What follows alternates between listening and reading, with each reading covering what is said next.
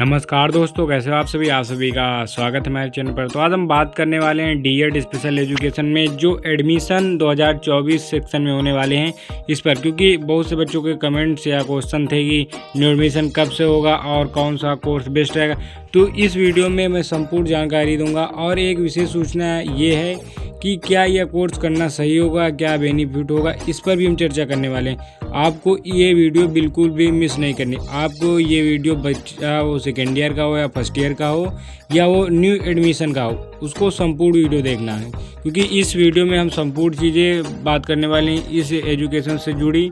कौन सा course best रहेगा, क्या ऐसा करना सही है, क्या गलत है, क्या इसमें गवर्नमेंट जॉब मिलेगी या प्राइवेट, आपको A to Z क्वेश्चन मिलने वाले।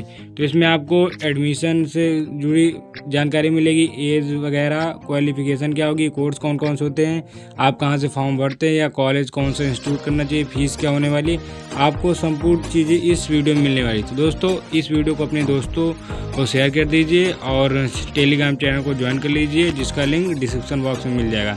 तो आप वहां को ज्वाइन कर सकते हो। वहां पर आप स्पेशल एजुकेशन से जुड़ी अपडेट और नोटिस मिलती रहेगी। तो चलिए दोस्तों स्टार्ट करते हैं।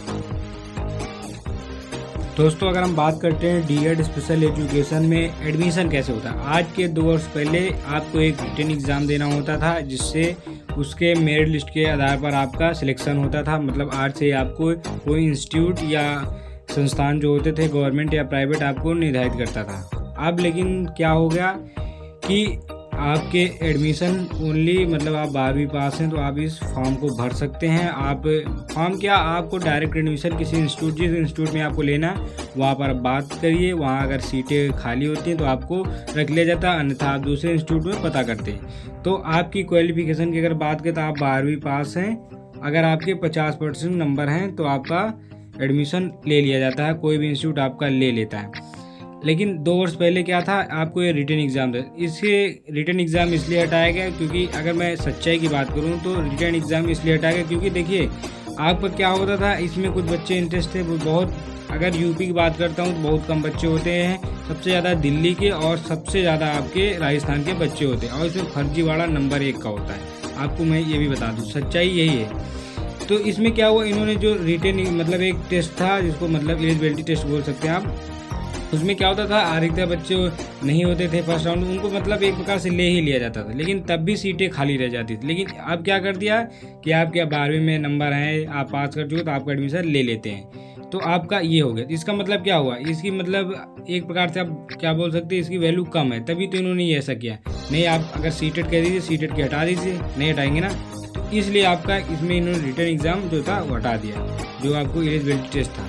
तो क्वालिफिकेशन आप समझ चुके हैं क्या है आपकी जो क्वालिफिकेशन होने वाली है, आपकी 12th पास, मतलब आप 12th पास हैं तो आप फॉर्म को भर सकते हैं। बाकी अगर एज वगैरह की बात करते हैं, एज आपकी 18 से कितनी भी होगी चल जाएगा। 18-17 से भी रहती तो ये ले लेते हैं, इंस्टीट्यूट वाले कहेंगे हम एडजस्ट कर लेंगे। तो आपकी 18 है तो कोई दिक्कत नहीं, अगर 18 से कम है थोड़ा आपके चांसेस कम होते हैं कि थोड़ा दिक्कत हो सकती है, बाकी इंस्टीट्यूट वाले संभाल लेते हैं क्योंकि इनकी सीधा RCA से बात होती है। तो आपकी एज का भी हो गया, क्वालिफिकेशन क्या हो गई। लेकिन सबसे ज़्यादा इम्पोर्टेंट चीज़ ये है कि एडमिशन। देखिए अगर मैं न्यू एडमिशन वाले बच्चों की बात करूँ तो न्यू एडमिशन जो बच्चे लेंगे, देखिए आपके जो बड़े भाई बहन जो इस बार 2023 में जिन्होंने मतलब 22 में जिन्होंने पेपर दिया था, 22-23 वाले में, अगर उनकी मैं बात करता हूँ तो देखिए उनका कैसा हाल हुआ आपको भी पता होगा। अगर आप इससे जुड़ना चाहते हैं तो आपने इसके पहले का मतलब इसका आप पास्ट देखिए, पास्ट में क्या था। पास्ट में आपका क्या था आप जान सकते हैं कि इनका पास्ट ऐसा था कि इनको फेल कर दिया गया।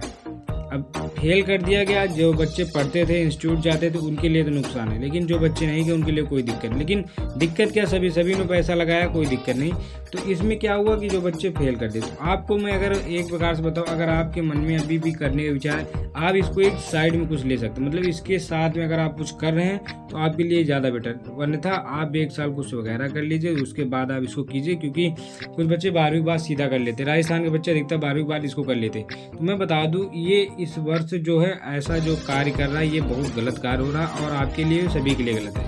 अगर वो बच्चा 1.5-2 लाख रुपए लगा रहा है, मिनिमम 1 लाख लग जाता है उसकी फीस, तो अगर वो फेल होता है, सप्लीमेंट्री देता है, रिवैल्यूएशन का आता है, तो ऐसे अगर उसके चक्कर कट रहे हैं तो गलत है। और आप अगर ऐसा सुनोगे पहले आपको मैं रियलिटी जो थी मैं पहले बता, ना कि मैं सीधा बता रहा आपको एडमिशन ले लो ये सब सा, ऐसा कुछ नहीं है। तो अगर आप साइड में कुछ कर रहे हैं तो आपके लिए ठीक है। अब बात करेंगे इसमें कोर्स वगैरह की, कौन से कोर्स बेस्ट होता है। देखिए कोर्स अगर बात करता हूँ मैं, तो देखिए जो इसमें कोर्स होते हैं वे कुछ ज़्यादा फेमस हो, जैसे HI होगा, इसको बोलते हैं विजुअल इम्पेयरमेंट, HI का हेयरिंग इम्पेयरमेंट, MD होगा मल्टीपल डिसेबिलिटी, ID या IDD या MR intellectual development disability, ID intellectual disability, MR mental retardation. ये जो है ये एक के ही नाम है, किसके, एक ही, जिसको अब प्रेजेंट में IDD हो गया। तो अगर कोर्स की बात करते हैं कौन सा कोर्स बेस्ट है, देखिए अगर कोर्स की मैं बात करूँ तो कोर्स सभी अच्छे, क्योंकि सभी जो होते ये जो तो विजुअल होता है, ये जो दृष्टिबाधित होते हैं उनके लिए होते हैं।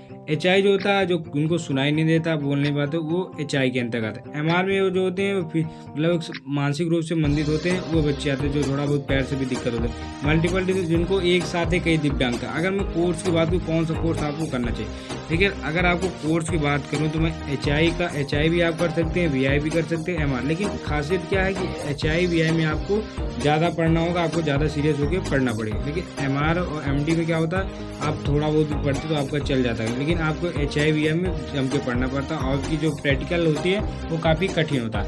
लेकिन HI VI की जो होती है डिमांड ज़्यादा होती है, क्योंकि ऐसे टीचर कम मिलते हैं, और इनको मतलब एक प्रकार से ये बच्चे वही करते हैं जो रेगुलर स्कूल जाते हैं। ये अगर आप रेगुलर स्कूल नहीं जाना चाहते तो मैं पहले आपको इंस्टीट्यूट के बारे में, आप कहाँ एडमिशन, देखिए अगर आप कोर्स समझ चुके हैं कौन कोर्स करना चाहिए। अगर आप HI भी कर सकते हैं, VI भी कर सकते हैं, IDD जिसको बोलते हैं, आप इन तीनों में से कोई भी एक कोर्स कर लीजिए, बहुत अच्छे कोर्स है तीनों, मतलब बेस्ट ऑफ द बेस्ट। अगर इसके भी आगे आपको कोई बेस्ट लगता है तो आप वो कर सकते हैं, या आप इन तीनों में कंफ्यूज हो रहे हैं कौन सा करना चाहिए, आप कमेंट कीजिए, मैं आपको बताऊँगा आपको कौन सा करना है। बट मैं आपको ये तीनों जो कोर्स हैं ये बताऊँगा, ये तीनों कोर्स बहुत ही अच्छे कोर्स हैं। तो आप तीनों कोर्सों में से कोई एक कोर्स कर सकते हैं। अब बात करेंगे कौन कोर्स, देखिए अगर इंस्टीट्यूट की बात करें, आपकी इंस्टीट्यूट में एडमिशन है, देखिए आप किसी को वैसे पैसे दे सकते हैं, मैं मना नहीं करूँगा, मैं भी एडमिशन कराऊँगा, मैं भी नहीं मना करूँगा। लेकिन मैं आपके फ़ायदे की बात ये करूँगा कि आप एडमिशन वहाँ पर लीजिए जहाँ पर आप स्कूल जा सकते हैं। आप सप्ताह में 1-2 दिन जा सकते हैं, महीने में 6-7 दिन जा सकते हैं, ज़्यादा दिन मतलब आप ऐसी जगह एडमिशन, क्योंकि मैंने देखा है 90% बच्चे ऐसे होते हैं जो एडमिशन पैसे दूसरे को देकर करा लेते हैं। मैं मानता हूँ करा कुछ बच्चे को क्या है तो पैसे देते हैं एडमिशन का, उनको स्कूल ही नहीं, जब प्रैक्टिकल टाइम आता है तो पता लगता है उनका स्कूल कितनी दूर है।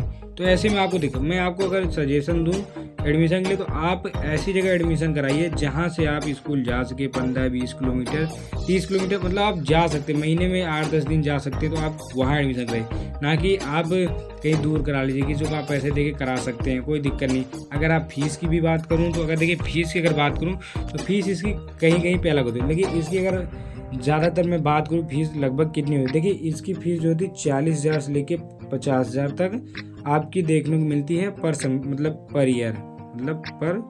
ईयर आपकी 40,000 से 50,000 की, कहीं पे 40 लेते, कहीं पे 45 भी ले, कहीं 50 और कहीं भी 55। तो ऐसे जो इंस्टीट्यूट है जो 40, 50, 55 लेते हैं उनका लेना गलत भी नहीं है, वो आपको क्लासेस देते हैं, लेकिन आप लोग ही आलस करते हो, आप लोग इंस्टीट्यूट नहीं जाते हो।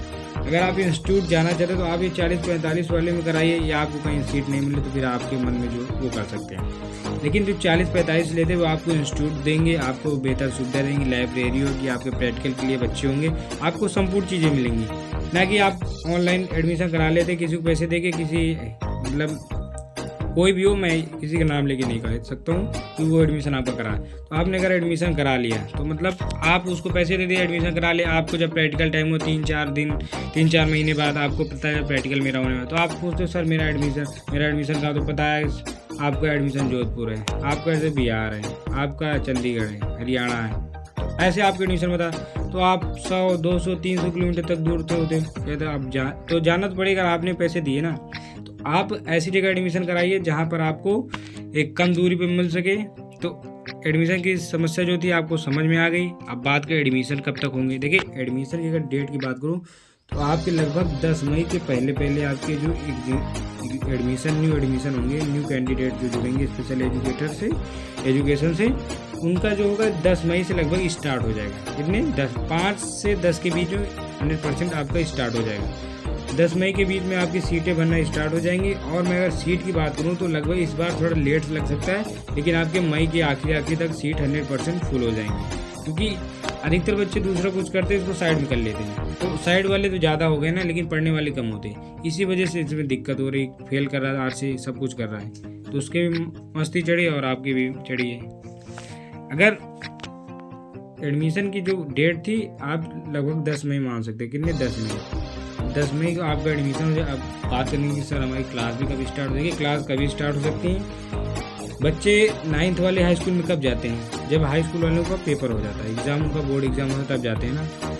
तो वही हाल आपका भी होगा। जो सेकेंड ईयर में इस बार बच्चे होंगे उनका एग्ज़ाम होगा, जब वो निकलेंगे तो फर्स्ट ईयर वाले सेकेंड ईयर में जाएंगे और न्यू वाले फर्स्ट ईयर में जाएंगे। आगे समझ। तो एग्ज़ाम आपके लगभग जुलाई अगस्त में हो सकते हैं।